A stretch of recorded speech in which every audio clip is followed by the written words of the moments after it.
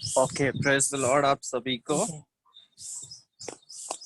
परमेश्वर ने ये सुंदर मौका दिया, इसलिए हम परमेश्वर के नाम को धन्यवाद देंगे।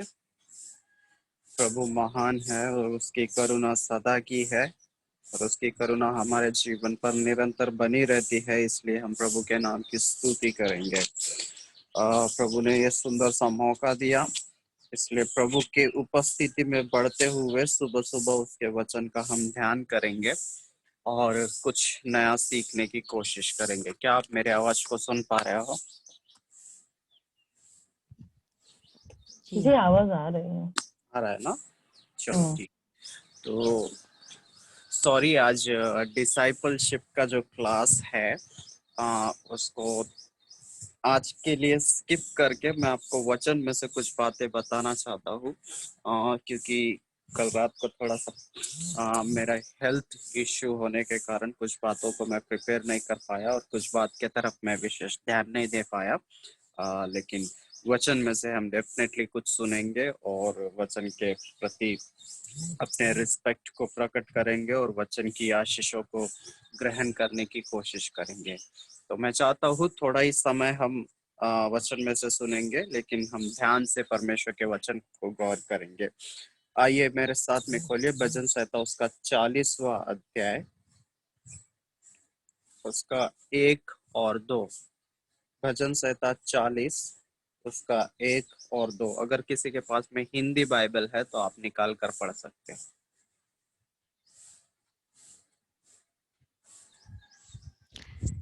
आइए हम पढ़ेंगे भजन संहिता 40 अध्याय उसका 1 और 2 वचन। yes. मैं धीरज से यहोवा की बाट जोता रहा और उसने मेरी ओर झुककर मेरी दुहाई सुनी। उसने मुझे सत्यानाश के गड्ढे और दलदल की कीच में से उबारा और मुझको चट्टान पर खड़ा करके मेरे पैरों को दृढ़ किया है। Okay okay, thank you sister. हम प्रार्थना करेंगे और आगे बढ़ेंगे। प्रभु आप अनुग्रहकारी परमेश्वर है, इसलिए आपको बहुत बहुत धन्यवाद देते हैं राजा। ये सुबह के समय में आपके उपस्थिति में आने का मौका प्रभु आपने हमें दिया है, इसलिए धन्यवाद। प्रभु वचन आपका है और हम आपकी प्रजा है राजा। आपके वचन के द्वारा बोलिए और बातचीत कीजिए करके दुआ करते हैं। यीशु नासरी के नाम से मांगते हैं, सुन और बड़ी दया से ग्रहण कर। आमीन। भजन संहिता उसका 40वां भजन जो है राजा दाऊद ने लिखा है और राजा दाऊद ने बड़े ही सुंदरता से लिखा और बड़े ही सुंदर शब्दों को यहाँ पर राजा दाऊद प्रस्तुत भी करता है। वचन में आने से पहले एक जनरल इंट्रोडक्शन मैं देना चाहता हूँ उसके शब्दों पर आधारित, क्योंकि जो शब्द हम यहाँ पर देखते हैं 40वां अध्याय उसका पहला वचन कि मैं धीरज से यहोवा की बाट जोता रहा, ये जो शब्द धीरज है आज के डेट में, आज के समय में बहुत ही महत्वपूर्ण है। वो क्यों महत्वपूर्ण है मैं आपको बताने की पूरी कोशिश करूंगा। आज हम एक ऐसे संसार में जी रहे हैं या फिर हम एक ऐसे दौर में जी रहे हैं या फिर हम एक ऐसे सिनेरियो में हैं जहां पर धीरज खत्म होता जा रहा है और धीरज की जगह फास्ट लाइफ लिए जा रहा है और फिर बाद में या फिर एक ऐसा दौर लिए जा रहा है जो कि बहुत ही तेजी से आगे बढ़ता है। फॉर एग्जाम्पल, जब हम संसार को बहुत ही गौर से नोटिस करेंगे, हर जगह पे सब कुछ चीजें क्विकली होनी चाहिए, सब कुछ चीजें फास्ट होनी चाहिए, टाइम नहीं है वाले सिनारियो में हम जी रहे हैं। उदाहरण के तौर पे सोचो कि आप रेलवे स्टेशन जाते हो और सोच के देखो कि आपके सामने 100 या 150 लोगों की कतार है या फिर लाइन है। आपको क्या लगता है उस समय में? आपको लगता है कि नहीं, no problem, we will wait, I will stand here with patience. क्या आपको ऐसा लगता है? नहीं, हमको ऐसा लगता है कि कब मेरी बारी आएगी और कब मुझे टिकट मिलेगा। इंस्टेड कभी कभी हम क्या सोचते हैं, यार एक काम करते हैं, लाइन से बाहर आता हूँ और मैं क्या करूंगा, मैं ऑनलाइन बुक करने की कोशिश करूंगा या फिर कुछ भी करने की कोशिश करूंगा, लेकिन वेट मुझसे नहीं होता, धीरज से रहना मुझसे नहीं होता। दूसरी बात, संसार हमको ये आदतें इसलिए भी लगा रहा है क्योंकि टेक्नोलॉजी बढ़ गई है और दुनिया में सब कुछ क्या हो रहा है, फास्ट होते जा रहा है। यहाँ पर आज एक दुनिया का एक कोने का व्यक्ति दुनिया के दूसरे कोने के व्यक्ति से यूं ही मिल लेता है थ्रू मैसेजेस, है ना। भले ही हमारे बीच में 7 समुंदर रहेंगे या फिर हमारे बीच में हजारों किलोमीटर का फासला रहेगा, लेकिन यहाँ से जब हम हाई करके टाइप करते हैं उसी सेकंड में वो दूसरे देश में पहुंच जाता है। मतलब हम एक ऐसे संसार में है, हम एक ऐसे दौर में है, हम एक ऐसे समय में जी रहे हैं जहां पर दुनिया कैसे चलती है, फास्ट चलती है। दुनिया में बिल्कुल इंतजार धीरज के लिए क्या नहीं है, समय नहीं है। We want everything to happen so quickly. हम क्या चाहते हैं, हर एक बात को बहुत ही जल्दी हो जाना चाहिए करके हम चाहते हैं। सोच के देखो कि 2 ट्रेन है और दोनों भी आपके गांव को जाते हैं। एक ट्रेन 6 घंटे में आपको आपके गांव पहुंचाएगा और दूसरा ट्रेन 5 घंटे या 4.5 घंटे में आपको अपने गांव में पहुंचाएगा। आप कौन से ट्रेन को लेंगे? आप वही ट्रेन को लोगे जो कि 5 घंटे या फिर 4.5 घंटे में, क्योंकि हमको सब कुछ कैसे चाहिए, जल्दी चाहिए। We want everything to happen so quickly. समझ में आ रहा है आपको? तो संसार कैसे होता जा रहा है, संसार हर एक बात जल्दी होना चाहिए, तुरंत होना चाहिए, क्विकली होना चाहिए। It should happen in the fraction of second. ये बिल्कुल पलक झपकते हो जाना चाहिए करके मेंटालिटी को हमारे अंदर क्या कर रहा है, तैयार कर रहा है। बहुत बार हम समय के अनुसार में, माहौल के अनुसार ढलते हुए हम क्या सोच रहे हैं कि हर बात हमारे जीवन में वो कैसा होना चाहिए, क्विकली होना चाहिए, फास्ट होना चाहिए, तुरंत होना चाहिए। मुझे किसी भी बात के लिए इंतजार ना करना पड़े, मुझे किसी भी बात के लिए रुकना ना पड़े, मुझे किसी भी बात के लिए विथहोल्ड करते हुए ना रहना पड़े। I want everything to happen so quickly. ये किसका नियम है?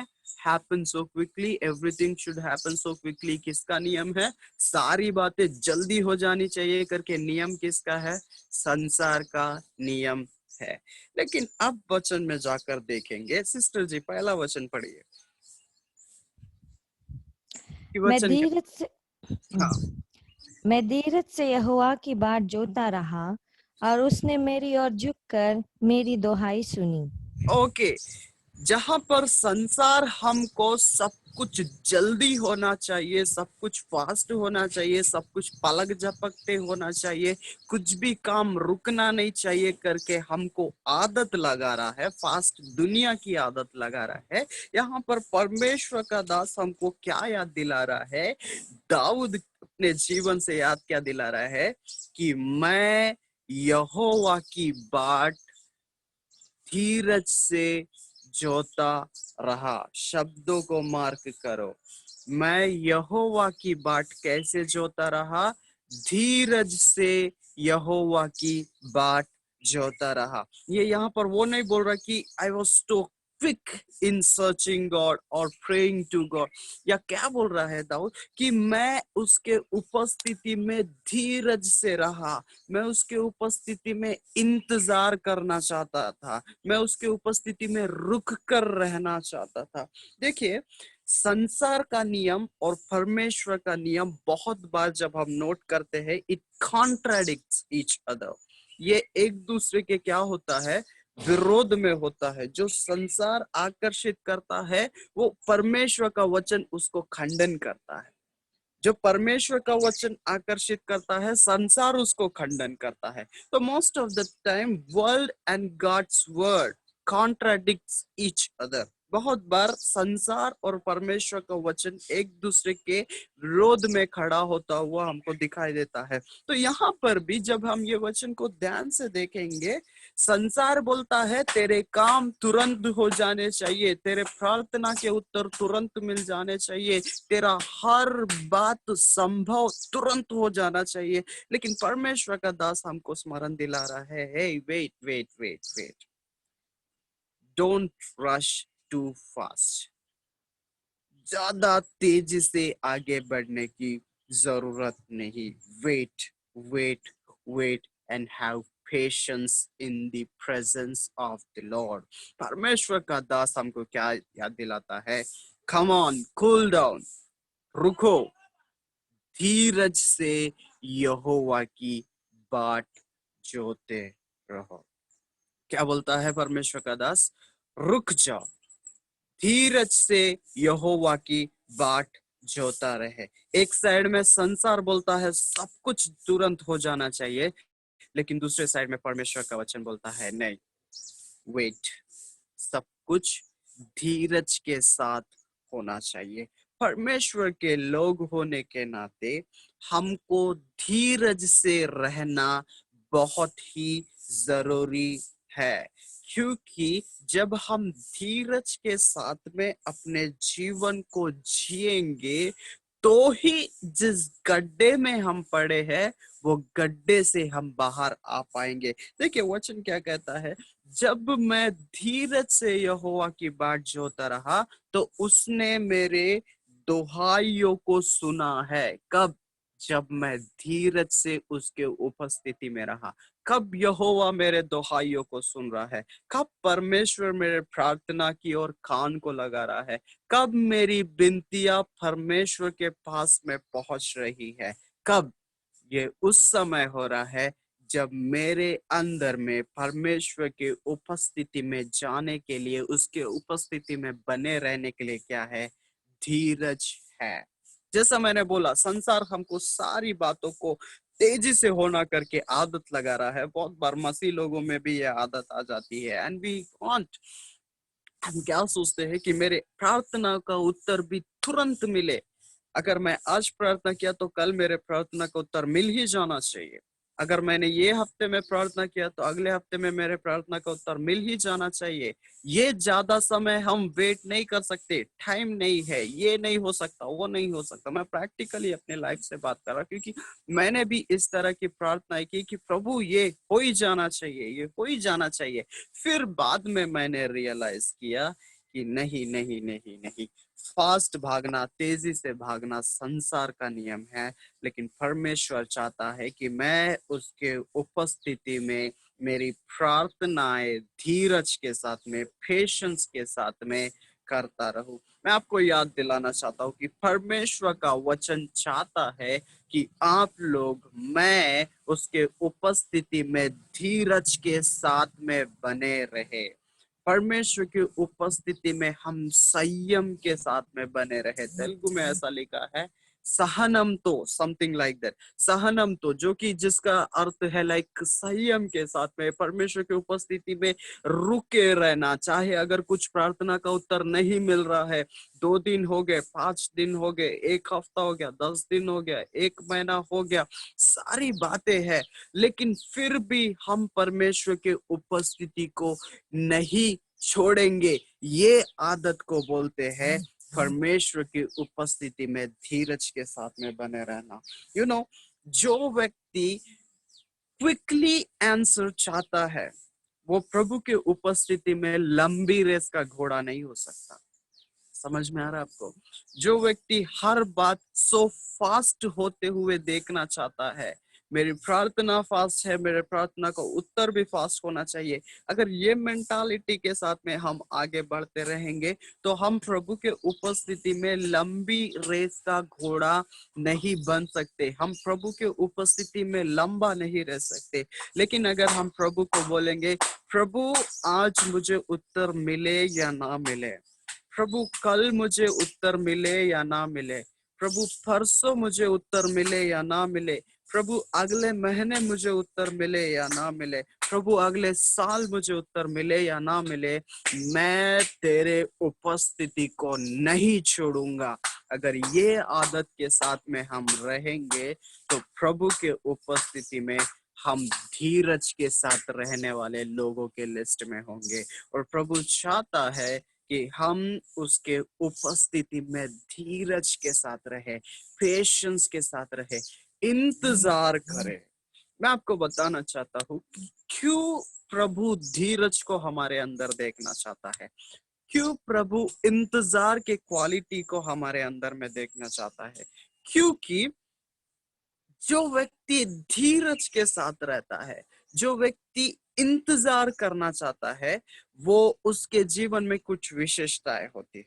फॉर एग्जाम्पल, मुझे एक बात बताइए, क्या प्रभु मेरे प्रार्थना का उत्तर तुरंत नहीं दे सकता? कोई भी माइक ऑन करके बताइए, क्या प्रभु मेरे प्रार्थना का उत्तर तुरंत नहीं दे सकता? क्या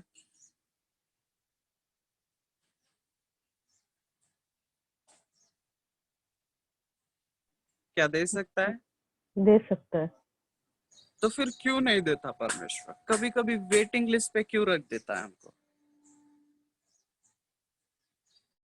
प्रभु हमारे प्रार्थनाओं का उत्तर तुरंत दे सकता है। अगर मैंने अभी प्रार्थना किया तो अगले पल में भी परमेश्वर हमको प्रार्थना का उत्तर दे सकता है, बट स्टिल कभी कभी वो रोकता है। लेकिन फिर भी वो कभी कभी हमको पेशेंस रखो करके हमको बोलता है, कभी कभी फिर भी हमको याद दिलाता है कि धीरज के साथ बने रहे। क्यों परमेश्वर ऐसा करता है? वो तो तुरंत उत्तर दे सकता है ना, वो तो तुरंत हमारे प्रार्थना का उत्तर दे सकता है, वो तो तुरंत मेरे घर की परिस्थिति को बदल सकता है, वो तो तुरंत चंगा कर सकता है ना लोगों को। लेकिन क्यों? इसके बहुत सारे कारण है, उसमें से एक कारण मैं आपको बताना चाहता हूँ। देखो, उदाहरण देना चाहूंगा। सोच के देखो कि आपका बेटा या बेटी, उसकी कुछ जरूरत है, वो बाहर से आया और आप अपने चेयर में बैठे हो, बाहर से आया, तुरंत आपके पास आते ही उसने आपके सम्मुख में उसकी जरूरत को बोला और तुरंत वहां से निकल गया। क्या किया? आप अपने चेयर पे बैठे हो, आपका बेटा बाहर से आया और तुरंत आपके सामने आपकी जरूरत को बोल दिया और वहां से निकल गया। आपको अच्छा लगता है क्या? आपको ये ख्याल नहीं आता क्या कि क्या मेरा बेटा मेरे साथ में थोड़ा टाइम स्पेंड करेगा तो मुझे अच्छा नहीं लगेगा क्या? यही बिनती वो थोड़ी देर बात करने के बाद में, थोड़ी देर मुझसे हाल चाल पूछने के बाद में, थोड़ा टाइम स्पेंड करने के बाद में करता तो शायद मुझे अच्छा नहीं लगता था क्या? क्या ये ख्याल आपके साथ में नहीं आता? क्या ख्याल आपके दिमाग में नहीं आता? क्या ये सोच आपके पास नहीं आती क्या? जब आपके लोग आपके सम्मुख में उसी समय में आ रहे हैं जब उनको जरूरत है और बाकी समय में नहीं, तो क्या हमको अच्छा लगता है? हमको अच्छा नहीं लगता है। वैसा ही है परमेश्वर के साथ में भी। बहुत बार हम हमारे मसीह जीवन में परमेश्वर की उपस्थिति में उसी समय में जाते हैं जब हमारे मांगे बहुत ही अर्जेंट हो जाती है, बहुत ही जरूरतमंद हो जाती है, और हम प्रभु के उपस्थिति में क्या बोलते हैं? प्रभु प्रभु, मुझे ये बात की जरूरत है, वो बात की जरूरत है, प्रभु ये बात की आवश्यकता है, वो बात की आवश्यकता है। लेकिन प्रभु हमको क्या करता है? वेटिंग लिस्ट में डालकर रखता है। क्यों पता है? क्योंकि प्रभु उत्तर तो देना चाहता है, लेकिन प्रभु के नजर में आपको उत्तर देने से ज्यादा वो आपके समय को चाहता है। हालेलुया। प्रभु आपको तुरंत उत्तर दे सकता है, प्रभु आपके प्रार्थना का उत्तर तुरंत दे सकता है, लेकिन प्रभु चाहता है कि उसका बेटा और उसकी बेटी उसके साथ में संगति करे। प्रभु संगति को महत्व देते हैं। प्रभु उत्तर हमको यूं ही दे सकता है, तुरंत दे सकता है, लेकिन प्रभु चाहता है कि मेरा बेटा और मेरी बेटी मेरे उपस्थिति में संगति करे, रिलेशनशिप को बढ़ाए, रिलेशनशिप को मेंटेन करे। और जब हम उसके उपस्थिति में धीरज के साथ में, संयम के साथ में, पेशेंस के साथ में बने रहेंगे, अगर आज मेरी मांग पूरी नहीं हुई तो भी मैं बना रहूंगा, अगले हफ्ते मेरी मांग पूरी नहीं हुई तो भी मैं बना रहूंगा, एक महीने में भी मेरी मांग पूरी नहीं हुई तो भी मैं बना रहूंगा। यहाँ पर देखिए, यहाँ पर हमारा जो फोकस है हमारी मांगों पर नहीं है, लेकिन हमारा फोकस रिश्ते पर है, जो कि धीरज निर्माण करता है। जब हमारा ध्यान मांगों पर नहीं रिश्ते पर होगा, तो हम प्रभु के चरणों में कितना भी लेट हो जाए, उसके चरणों में जाना नहीं छोड़ेंगे, उसके उपस्थिति में जाना नहीं छोड़ेंगे। और दाऊद की क्वालिटी ही वो थी, वो प्रभु के उपस्थिति में बोलता है कि मैं धीरज से तेरे उपस्थिति में तेरी बाट जोता रहूंगा। प्रभु के उपस्थिति में ऐसा रिलेशनशिप ना रखे जो रिलेशनशिप हाई और बाय कहता है। बहुत सारे मसीह लोगों का क्रिश्चियन लाइफ हाई और बाय जैसा है। हाई और बाय का मतलब ये है कि वो जब जरूरत है हाई बोलेंगे प्रभु को, और जब जरूरत नहीं है तब वो बाय बोल देंगे।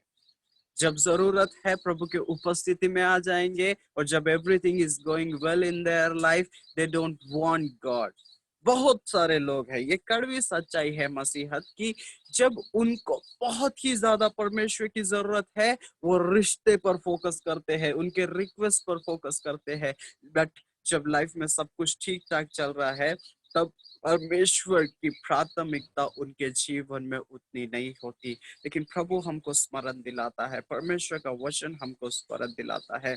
हम एक ऐसे संसार में जी रहे हैं जहाँ पर सब कुछ बहुत ही तेजी से होना चाहिए, जल्दी से होना चाहिए करके हम सोचते हैं। लेकिन प्रभु बोलता है, जल्दी से मेरे उपस्थिति में नहीं चलेगा, मेरे उपस्थिति में तुमको धीरज के साथ में रहना है। हालेलुया। परमेश्वर की उपस्थिति में हमको धीरज के साथ में बने रहना है। मुझे पता है कि प्रभु सबके प्रार्थना का उत्तर देगा, प्रभु मेरे प्रार्थना का उत्तर देगा, प्रभु आपके भी प्रार्थना का उत्तर देगा। लेकिन उससे पहले प्रभु के उपस्थिति में धीरज के साथ में बने रहना जरूरी है, क्योंकि आप चाहते हैं कि आपके प्रार्थना का उत्तर मिले, लेकिन प्रभु उसके दृष्टिकोण से प्रार्थना का उत्तर नहीं, वो आपसे संगति चाहता है।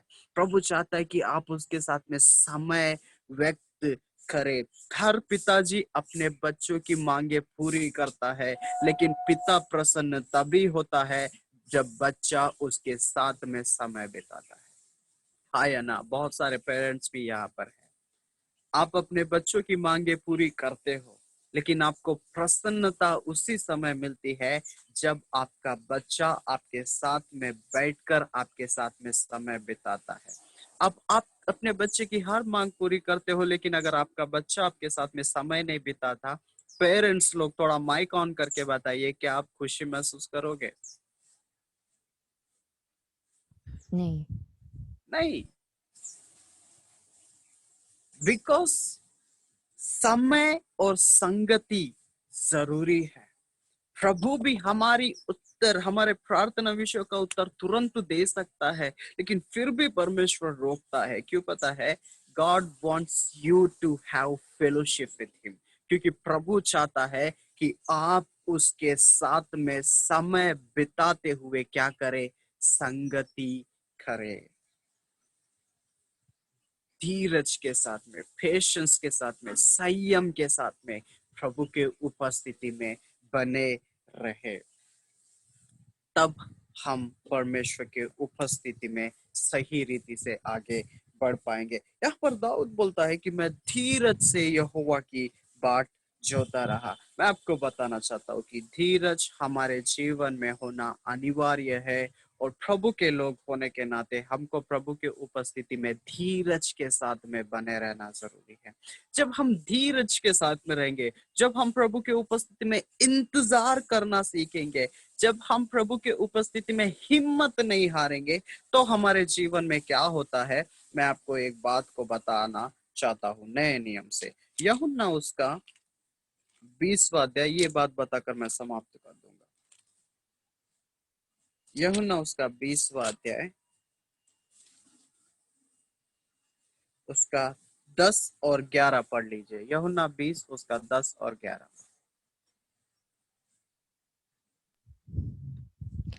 तब ये चेले अपने घर लौट गए, परंतु मरियम रोती हुई कब्र के पास ही बाहर खड़ी रही और रोते रोते कब्र की ओर झुककर। बस बस सिस्टर, थैंक यू। यहाँ पर वचन क्या कहता है?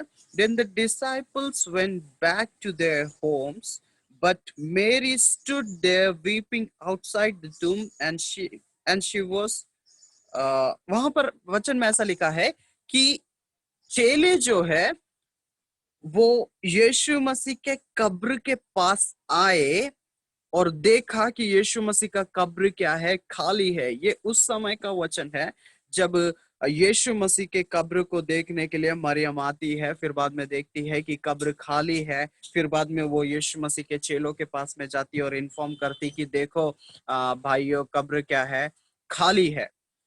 और फिर बाद में दो चेले कब्र को देखने के लिए कब्र की ओर भागते हैं, और भागने के बाद में जब वो कब्र के पास में पहुंचते हैं और देखते हैं कि यीशु मसीह का कब्र क्या है, खाली है। यीशु मसीह की कब्र खाली है, मतलब यीशु मसीह अंदर नहीं है। और इसलिए कि कब्र खाली है, वो वहां से तुरंत निकल जाते हैं, जो कि हमने 10वें वचन में देखा कि दो चेले जो है वो तुरंत वहां से निकल गए।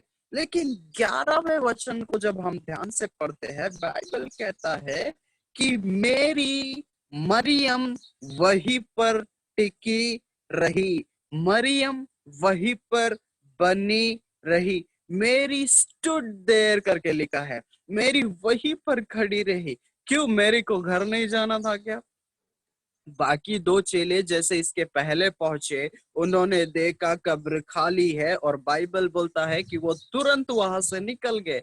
क्यों? मरियम नहीं निकल सकती थी क्या? मरियम को भी निकल जाना चाहिए था ना। जब दो चेले आए, इससे पहले पहुंचे, कब्र को देखा, कब्र खाली है, और बाइबल कहता है कि वो लोग वहां से चले गए। तो मरियम तो उनसे भी पहले निकल जाना चाहिए था, क्योंकि मरियम ने पहले ही कब्र को खाली देखा। लेकिन बाइबल क्या कहता है?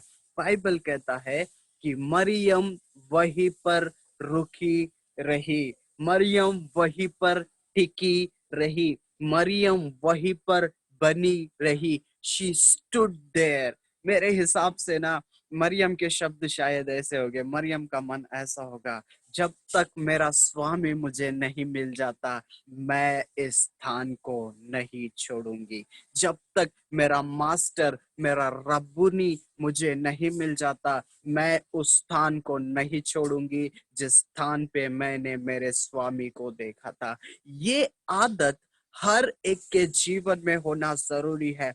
जब तक मेरा परमेश्वर मेरे विनतियों का उत्तर नहीं देता, जब तक मेरा परमेश्वर मेरी परिस्थिति नहीं बदलता, जब तक मेरा परमेश्वर मुझसे बात नहीं करता, जब तक परमेश्वर के अनुग्रह को मैं अपने जीवन में महसूस नहीं करता, तब तक मैं उसके उपस्थिति को नहीं छोड़ूंगा। इसी को बोलते हैं परमेश्वर के उपस्थिति में धीरज के साथ में बने रहना, परमेश्वर के उपस्थिति में पेशेंस के साथ में, परमेश्वर के उपस्थिति में संयम के साथ में बने रहना। यहाँ पर मरियम के पास में ऑप्शन था, अगर वो चाहती तो वो रिटर्न जा सकती थी, लेकिन मरियम वहीं पर टिकी रही, मरियम वहीं पर बनी रही। और इसलिए कि उसने धीरज के साथ में यहोवा परमेश्वर के उपस्थिति में बनी रही, इसलिए कि वो संयम के साथ में उस कब्र के बाहर खड़ी रही, मरियम के जीवन में एक ऐसी आशीष आई जो कि पूरे संसार को बदल कर रख दिया। और वो आशीष क्या है? जिस संदेश को आज आप प्रचार करते हैं, जिस संदेश को आज मैं प्रचार करता, जिस संदेश की जरूरत पूरे संसार को है कि यीशु जिंदा है, वो संदेश सबसे पहले मरियम को दिया गया। हालेलुया। जो संदेश का प्रचार मैं करता हूँ, जो संदेश का प्रचार आप करते हैं, जो संदेश के प्रचार की जरूरत पूरे संसार को है, वो संदेश सबसे पहले मरियम को दिया गया था। और वो संदेश क्या है? यीशु जिंदा है। हालेलुया। ये संदेश उस व्यक्ति को दिया गया था जो व्यक्ति परमेश्वर के उपस्थिति में धीरज के साथ में रहना जानता था, जो व्यक्ति परमेश्वर के उपस्थिति में इंतजार करना जानती थी। ये व्यक्ति वो है जो प्रभु के उपस्थिति में टिके रहना, संयम के साथ में रहना जानती थी। ये वो है जो परमेश्वर के उपस्थिति में पर कोई भी परिस्थिति क्यों ना हो, मुझे अकेलापन भी क्यों ना महसूस करना पड़े, मेरे प्रार्थनाओं का उत्तर शायद नहीं मिल रहा, ये भी ख्याल क्यों ना बार बार मेरे दिमाग में आए, लेकिन फिर भी मैं तेरे उपस्थिति को नहीं छोड़ूंगा। हालेलुया। प्रभु उन लोगों के खोज में है जो उसके उपस्थिति में धीरज के साथ में रहते हैं। Not quick people. God is not looking for quick people. God is looking for the people who keep patience in their life. प्रभु उन लोगों की खोज में नहीं है जो बहुत जल्दबाजी में है। God's kingdom is not built in rush. परमेश्वर का राज्य रश में, जल्दबाजी में नहीं बांधा जाएगा। परमेश्वर का राज्य उन लोगों के द्वारा बांधा जाएगा जो धीरज के साथ में उसके उपस्थिति में रहेंगे। हालेलुया। प्रभु चाहता है, प्रभु उन लोगों के खोज में है जो उसके उपस्थिति में धीरज के साथ में रहते हैं। देखिए, अगर हम धीरज को रखेंगे ना तो परमेश्वर हमारे जीवन में बहुत सारे कामों को करेगा। यहाँ पर अगर हम वचन को आगे पढ़ते रहेंगे, बाइबल बोलता है, जब मैंने धीरज से यहोवा की बाट जोते रहा, उस समय यहोवा ने मेरे दोहाइयों की ओर कान लगाया, मेरे विनती को सुना और मुझे सत्यानाश के गड्ढे में से निकालकर एक चट्टान पर खड़ा किया है। कहाँ पर खड़ा किया है? चट्टान पर खड़ा किया है। पहले तो उसने मुझे गड्ढे में से बाहर निकाला। अगर हम हमारे जीवन के गड्ढों से बाहर आना चाहते हैं, जिन गड्ढों में हम सालों से पड़े हैं, जिन आदतों में हम सालों से पड़े हैं, जिन परेशानियों में हम सालों से पड़े हैं, तो सबसे पहला नियम हमारा जीवन के लिए क्या है मालूम है? हमको धीरज के साथ में यहोवा की बाट जोना। कैसे जोना है? धीरज के साथ में यहोवा की बाट जोना, क्योंकि बाइबल का नियम है, जो व्यक्ति धीरज के साथ में यहोवा की बाट जोता है, प्रभु उसको सत्यानाश के गड्ढे से निकालता है, उसके परिस्थितियों से निकालता है, उसके बीमारियों से निकालता है, उसके कठिनाइयों से निकालता है और उसको एक चट्टान पर खड़ा करता है। हालेलुया। वो चट्टान कौन है मालूम है? वो चट्टान पढ़ना चाहते हैं आप? कौन है? पहला कुरिन्थियों उसका 10वां अध्याय 4वां वचन एक बार फास्ट वहां पर जाके पढ़िए। पहला कुरिन्थी 10वां अध्याय 4वां वचन फास्ट।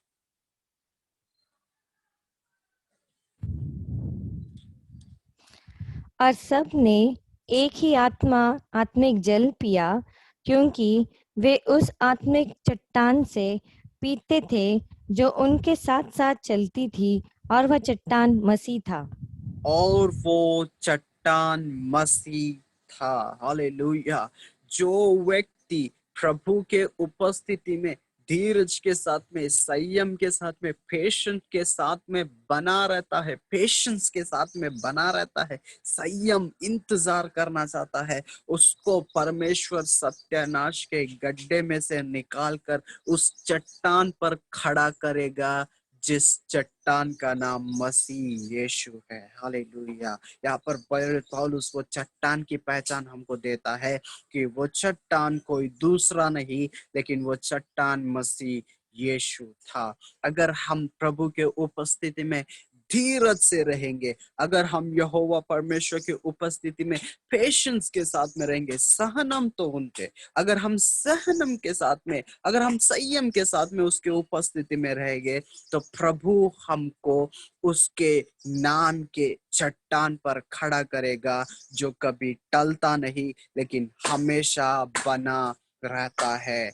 जो घर रेतियों पर बना रहता है वो आंधी और तूफान के समय में बह जाता है, लेकिन जो घर चट्टान पर बना रहता है वो हर आंधी में, हर तूफान में, हर सुनामी में, हर टोर्नेडो में स्थिर बना रहता है। क्यों मालूम है? क्योंकि वो चट्टान मसीह यीशु है। अगर हमको हर आंधी में, हर तूफान में, हर टोर्नेडो के बीच में, हर सुनामी के बीच में मजबूती से बने रहना है, विश्वासी जीवन को पकड़े रहना है, तो प्रभु चाहता है कि हम धीरज से यहोवा की बाट जोहते रहे। Let's not be too quick कि अगर प्रभु मुझे प्रार्थना का उत्तर ना दे तो मैं उसके उपस्थिति को छोड़ दूंगा और मैं थक जाऊंगा। No no no, let our energy level में ग्रो मोर। हमारा परमेश्वर की उपस्थिति में और भी समर्पण के साथ में प्रभु के उपस्थिति में जाए। एक बात बाइबल में मुझे बहुत ही अच्छा लगता है। बाइबल कहता है कि मूसा मिलाप वाले तंबू में जाता था और प्रभु से बात करता था, और जब उसकी बातें हो जाती थी वो वहां से निकल जाता था। लेकिन यहोशू के बारे में ऐसा लिखा है कि यहोशू वहीं पर टिका रहता था। मूसा मिलाप वाले तंबू में प्रवेश करता था, यहोवा परमेश्वर से बात करता था और मिलाप वाले तंबू से निकलकर वो छावनी में चला जाता था, अपने टेंट में चला जाता था। लेकिन यहोशू के बारे में बाइबल बोलता है कि यहोशू वहीं पर मिलाप वाले तंबू के द्वार के पास में टिका रहता था। प्रभु उन लोगों की खोज में है जो उसके उपस्थिति में टिके रहते हैं। व्हाट इज मिलाप वाला तंबू? परमेश्वर की उपस्थिति में मिलाप वाला तंबू क्या है? मिलाप वाला तंबू सिंबॉलिक रीति से उसके उपस्थिति को जाहिर करता है, उसके उपस्थिति को प्रेजेंट करता है। इसका मतलब क्या है मालूम है? यहोशू परमेश्वर के उपस्थिति में टिका रहता था, बना रहता था, रुके रहता था, इंतजार करता था। और प्रभु वही आदतें हमारे जीवन में भी देखना चाहता। प्रभु वही बातें हमारे जीवन में देखना चाहता है कि no matter what is happening, no matter the world is going upside down, but I am not going to leave my master's presence। मुझे पता है संसार में बहुत सारी बातें हो रही है, बहुत सारी बातें उतार चढ़ाव की हो रही है, बहुत सारा इनजस्टिस है, बहुत सारी बीमारियां है, बहुत सारी परेशानियां है, लेकिन मैं मेरे परमेश्वर की उपस्थिति को नहीं छोड़ने वाला। हालेलुया। प्रभु चाहता है कि उसके लोग उसके उपस्थिति में धीरज के साथ में बने रहे। यहोशू के जैसे आदत को डाले कि मैं छावनी को नहीं छोड़ूंगा, मैं मिलाप वाले तंबू को नहीं छोड़ूंगा, मैं प्रभु की उपस्थिति को नहीं छोड़ूंगा। नो मैटर मेरे प्रार्थना का उत्तर कितना डिले हो रहा है, नो मैटर मेरे प्रार्थना के उत्तर को कितना टाइम लगेगा, नो मैटर कि मुझे और कितने सालों के बाद में उत्तर मिलेगा, लेकिन जब तक उत्तर नहीं मिलता मैं तेरे उपस्थिति को नहीं छोड़ूंगा। Let us learn to wait in the presence of the Lord. Let us learn to have patience in the presence of God. आइए सीखे कि परमेश्वर के उपस्थिति में हम धीरज से बने रहे, संयम से बने रहे। परमेश्वर के उपस्थिति में संसार के नियमों को न लेके आए। संसार बोलता है your work should be done in rush, your work should be done in quick way। संसार क्या बोलता है? तेरे काम पलक झपकते ही होने चाहिए, यूं ही हो जाने चाहिए। लेकिन प्रभु बोलता है come on, wait my son, because you desire answers for your prayer, but I desire intimacy and fellowship with you। प्रभु क्या चाहता है? तुझे तेरे प्रार्थना का उत्तर चाहिए, लेकिन मुझे तेरा समय चाहिए और मुझे तेरी फेलोशिप चाहिए, संगति चाहिए, मुझे तेरा समय चाहिए। बहुत बार प्रभु हमसे फेलोशिप करना चाहता है, बातचीत करना चाहता है, इसलिए हमको वो वेटिंग लिस्ट में डालकर रखता है, ताकि वो वेटिंग लिस्ट के समय में हम हमारे परमेश्वर के प्रति हमारे समर्पण को और बढ़ाए, हमारे समय को और बढ़ाए और उसके साथ में रिश्ते को और मजबूत करे। दाऊद कहता है मैं धीरज से यहोवा की बाट जोता रहा। यहोशू धीरज के साथ में यहोवा की उपस्थिति को पकड़ा रहा, बना रहा, इंतजार करता रहा। मरियम भले ही दो चेले आकर देखकर चले गए, लेकिन फिर भी मरियम वहीं पर इंतजार करते रहे। परमेश्वर के वचन के आधार पर मैं आज आपको एक बात बताना चाहता हूँ। प्रभु हमको कहना चाहते हैं कि हम उसके उपस्थिति में धीरज के साथ रहना सीखे, क्योंकि जब हम धीरज के साथ में परमेश्वर के उपस्थिति में रहेंगे तो हम सत्यानाश के गड्ढे से बाहर निकाले जाएंगे और यीशु मसीह नाम के चट्टान पर हमारे पैर स्थिर किए जाएंगे। और जब मेरे पैर यीशु नाम के चट्टान पर खड़े हैं तो मेरे पैर कभी भी नहीं डगमगाएंगे, क्योंकि वो चट्टान मजबूत चट्टान है और वो चट्टान कभी भी नहीं टलेगा, लेकिन निरंतर बने रहेगा। फिर एक बार लास्ट बार मैं याद दिला दूं, संसार चाहता है कि आप क्विक जिंदगी जिए, लेकिन प्रभु चाहता है आप उसके उपस्थिति में धीरज के साथ रहें, आप उसके उपस्थिति में इंतजार करें। संसार उसके नियमों से, संसार परिस्थितियों से हमारे अंदर में एक मेंटालिटी को क्रिएट कर रहा है, हमारे जीवन में परिवर्तन को लेके आ रहा है। और वो परिवर्तन क्या है? तेरे काम तुरंत हो जाने चाहिए, लेकिन प्रभु बोलता है कि मेरे उपस्थिति में इंतजार कर, तेरे काम तो निश्चय होंगे, लेकिन तेरे काम से ज्यादा मैं तेरे समय को और तेरे संगति को चाहता हूँ। तो क्यों ना प्रभु के उपस्थिति में धीरज के साथ में बने रहे। हो सकता है कि हमारे प्रार्थनाओं का उत्तर हमको नहीं मिला, कोई फर्क नहीं पड़ता, प्रभु मैं तेरे उपस्थिति को नहीं छोड़ूंगा। शायद कुछ ऐसी प्रार्थनाएं है जिसके विषय में हम सालों से प्रार्थना कर रहे हैं लेकिन उत्तर नहीं मिला। आज हम प्रभु को बोलेंगे, नो मैटर लॉर्ड, प्रभु फर्क नहीं पड़ता, मैं तेरे उपस्थिति को नहीं छोड़ने वाला। जब तक तू मेरे प्रार्थना का उत्तर ना दे दे, प्रभु मैं तेरे उपस्थिति में धीरज के साथ में रहूंगा। Even after receiving the answers for my prayer, I am not gonna leave your presence. प्रभु प्रार्थना का उत्तर मिलने के बाद भी मैं तेरे उपस्थिति में धीरज के साथ ही बने रहूंगा, because all that matter is your presence and your presence alone. सब बातें छोड़ दे, सब बातें साइड में रखने के बाद में सबसे महत्वपूर्ण बात क्या है? तेरी उपस्थिति, और तेरी उपस्थिति मेरे जीवन की प्राथमिकता ही मेरे जीवन में सबसे महत्वपूर्ण है। तो क्यों ना धीरज के साथ में यहोवा की बाट जोते रहे, क्योंकि जब हम धीरज के साथ में यहोवा की बाट जोएंगे तो परमेश्वर हमारे प्रार्थना का उत्तर हमको देगा। प्रभु इन वचनों के द्वारा हम सभी को आशीष दे। आमीन।